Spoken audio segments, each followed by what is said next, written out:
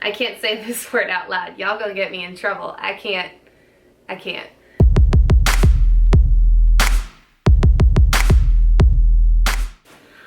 Hey y'all, welcome back to my channel. For those of you that have been with me for a while, welcome to today's video. For those of you that are new, welcome to my channel. My name is Allie, or Allison, and I am a flight attendant with a major US domestic carrier, airline, if you will. And today's video is going to be, just like the title says, just a little life update. What's going on kind of within the company, and just not really so much the company, just in general, like what's going on with the airlines. I know y'all have probably heard a lot via social media and stuff, basically that a lot of airlines are furloughing right now, which we hate that F word. We do not want to hear about it, and I hope and pray that my airline doesn't have to suffer furlough. And what furlough means is when a flight attendant is basically put on hold, essentially. You're not working, you're not employed, but when they do start hiring again, they have to call you back before they hire new people. And this number could get into the thousands. Like, it's really kind of scary. My sister works for a much larger airline than I do, and she's only been there 2 years, so she knows that she's going to be furloughed come October 1st, and that's really, really scary. Like, that is so scary to think about. I mean, she has a plan and everything because she knows it's going to happen, but it's still so scary. Hers might be delayed a little bit, but she doesn't even know at this point.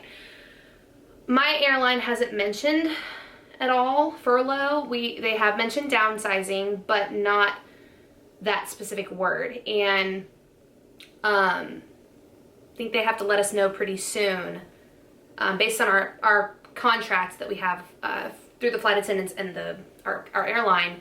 They have to tell us within a certain amount of time if they're going to furlough us by October 1st. So they have not done that yet, and they have a very limited time to do that. So that is a good thing, I hope.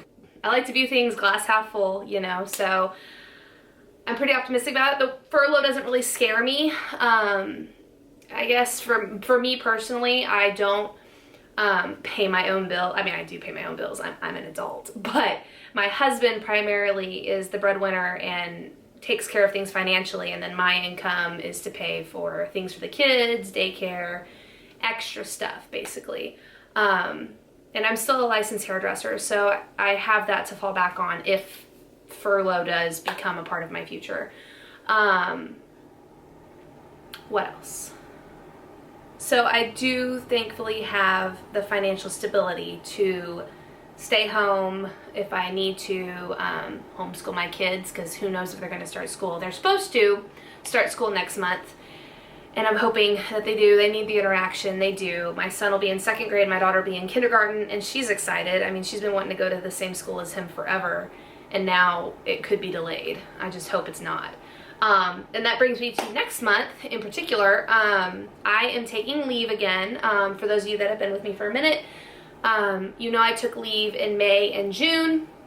I wanted to take it for July, but they just weren't offering enough spots. I knew there was no way that I could possibly get the leave for July, so I didn't even try. I knew it wasn't going to happen, and I'm working, so I'm glad they're keeping me busy. But for next month, I went ahead and took it. They were offering a lot more spots because the flying has kind of taken a dip with everything going on, things kind of closing back down, and it affecting, you know, our flying schedules and things like that. So yeah, so I am going to take the leave next month, which will be nice. I have recurrent next month. For those of you that don't know, us flight attendants have to go through recurrent training once a year, and it's basically, training for us can be up to anywhere from 4 to 8 weeks depending on the airline. And basically recurrent is 1 to 2 days of just all that information that you learned crammed into 1 day of fun. So I do have that next month, and like I said, my kids should be starting school, and my daughter turns 5. So lots of fun stuff happening next month. Might try to take a vacation. We'll wait and kind of see how things go. But I'm not scared to travel, and that was the other part I was going to touch on as well with this video, is traveling right now. traveling right now. Oh gosh, I've been asked by a lot of people what my take is on it. People I know who are traveling have reached out soon, that are friends of friends or friends themselves, have asked me what are my thoughts on it. Like, what, is it safe? Is it mind over matter? Like, you know, what's the severity of things and what my take is on it. And I would say anybody who's trying to travel right now or needs to, whether it be for work or anything, take your precautions as always. Wipe things down when you can. The airlines are doing a really great job right now of cleaning every inch of that aircraft, and I know our airline in particular does some type of defogging, not defogging, but some sort of fogging of chemical or something to disinfect like every inch of the aircraft, and they do that once so often. I can't remember, we got an email about it, but I think that's amazing, and it definitely helps with the cleanliness of the aircraft. And like I said, between flights they are thoroughly cleaning, but at the same time, always take the extra precaution and always clean.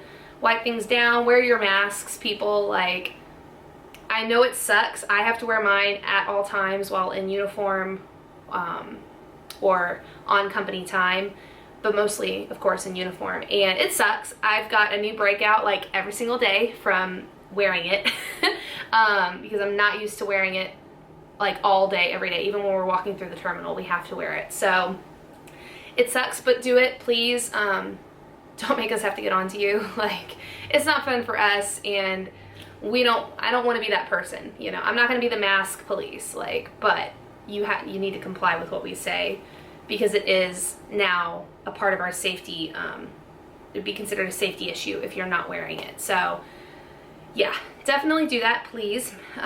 Make all our lives a little easier, and obviously keep us safe as well. I have children to go home to. I have a mom who is older. She's in her 60s and is susceptible, obviously, to the coronavirus more so than anybody else. So I have family to protect as well, as I'm sure the people on my plane do as well. So just wear the mask. But yeah, traveling isn't, I mean, it is what it is. A lot of the airlines have stopped social distancing, where they leave like the middle seat open, because they need income, they need money. So if more people are willing to fly, they're going to fill those seats. So they've started doing that. But again, just like I said, social distance when you can, and just practice safe, you know, wash your hands, safe hygiene, all that kind of stuff. And that's pretty much my take on traveling right now with everything going on. I don't, unless it's for work, I'm not traveling to, you know, certain hot spots and things like that. But I mean, if you have to, you have to. I'm in California right now, which is obviously like one of the most infested places, but I'm not going out. I'm not scared to go out. I'm just tired. So I'm just gonna hang out here at my hotel. It's a busy 4-day. I'm ready to go home and see my family. I believe I'm on day 2 of 4 right now. So yeah, but traveling doesn't really scare me.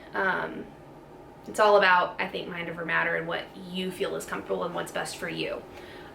Whether it's a good option for you to travel or to not, or your family to travel. And last but not least, I took to my Instagram to just kind of ask you guys if you had any questions for me about really anything in general. Just kind of did a general little Q&A thing, and I will pull up those questions now. There's not a lot of them, but I do like it when you guys reach out to me and I can interact with you guys and get to know you guys a little better. That is not what I meant to click on. Alrighty, so what do you, what's this? Would you think the airline, or do you think the airline industry will recover from the pandemic? Yes, I am. Certain airlines are obviously taking more of a hit than others. My airline has taken a hit, but everything's kind of fluctuating for us at this point. This month, we had a major increase in flying versus other months, and next month it's going to decrease, but it always does every year decrease around the fall anyways, because people go back to school and they're traveling less. So it's less than normal, but still, for us, it's not abnormal. if that makes sense. So yes, I believe that most airlines will recover from this. It may take some time, and it may take a while for some of them that have been hit harder than others to recover, but I do believe that we're gonna bounce back from this. My airline in particular, I think, is gonna bounce back the fastest. Don't quote me, but that's my take on it. We were doing pretty darn good before all this happened, and I think we're gonna do a great job at, you know, our comeback, basically. What else? Okay. Oh my word. I can't say this word out loud. Y'all gonna get me in trouble. I can't. So this person asked me, how hard do you want to slap some entitled passengers? Well, it takes a lot, first off, for me to want to slap somebody. I'm not a violent person, but I am a stickler on, like, people who I would consider an entitled passenger, someone who thinks that it's like, oh, totally okay to hop up and run to the front of the plane as soon as, you know, the aircraft doors, or as soon as, you know, you can take your seatbelt sign off. When someone from like row 18 runs to the front, it's like, that is so rude. Like, it's just simple manners, I guess. And don't come for me in the comments, but like, that's just my take. I grew up in the airline industry, and my parents always told me to wait, you know, row by row. Like, that's how it should be. And it boggles my mind. So yes, I do want to slap some people sometimes, but I'm gonna try and, you know, make the best of it, pretty much. And just understand that it's not my problem, it's you. It's you, not me. But yeah. And last question is, what is the B and C positions on the plane? So B is what we call it, the busy bee, because you are working the aisle, whether it's really on any of our aircraft. All three types of our Airbuses, the B is in the aisle. Whether it be the whole aisle or one part of it, you're essentially in the aisle. So you're there to help people when boarding, seat assignments, you know, things like that, briefing exit rows. You're in charge of certain exits there, depending on the aircraft, in the mid-cabin, and that's pretty much it.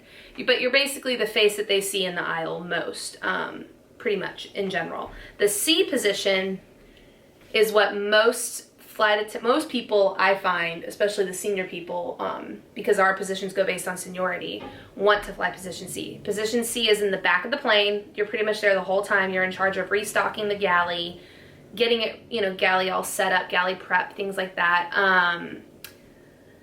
You make all the pre-departure announcements, excuse me, and you kind of just hang out in the back for the most part. It's kind of a nice spot. I mean, B does also most of the time fly in the back as well, but you're, you know, like I said, you're in the aisle more than the others, than C or A, which is our lead position.